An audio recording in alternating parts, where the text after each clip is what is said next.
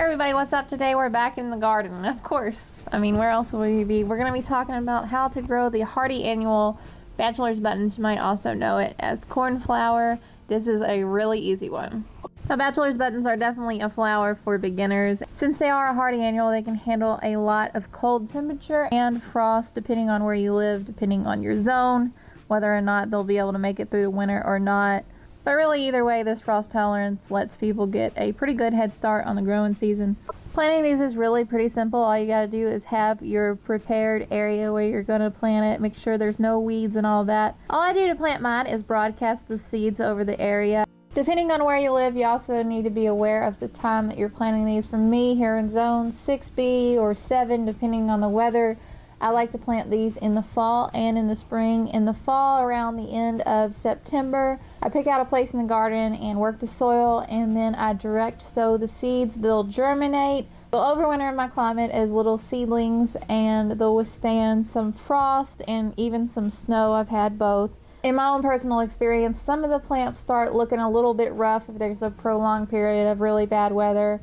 For example, I had some of the leaves start to die off a little bit, but they all bounced back in the spring, and now I have these beautiful 3-foot, maybe 3.5-foot tall plants. In the case of Bachelor's Buttons, the plants are just more vigorous. The seeds that I sow in the fall, the plants grow to be much taller. In order to have these flowers around for a longer period of time, I like to succession sow. So I can also direct sow these seeds in the springtime as soon as my soil can be worked. It's important that I plant as soon as the soil can be worked because my summers heat up fast. Now, one of the downsides where I live to planting Bachelor's Button seeds in the springtime is the plants are going to be a lot shorter. Not only that, the seeds that are planted in the springtime will take a little bit longer to bloom.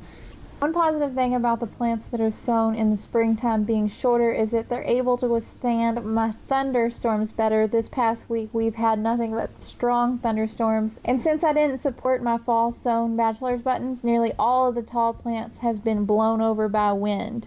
If you live in an area that has a lot of strong spring thunderstorms or strong wind like I do, that's something to keep in mind, that you might have to support these with a horizontal trellis netting or maybe just planting them in a protected location. Since these flowers tolerate cold a little better than a lot of other annuals, the germination rate for me was really good using the winter sowing method.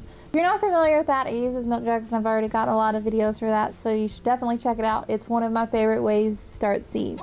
As with all flowers and ornamentals that you plant, you want to really make sure that you do your research and read up on what you're planting in your garden and really know what you're bringing around your kids and your pets and everybody you love. And so many of these ornamental plants and plants used for cut flowers are toxic. I always like to be cautious just to know what's going on. Bachelor's Buttons are definitely a quick and easy way to add color into your garden, and there are also plenty of open pollinated varieties out there that you can save seed from.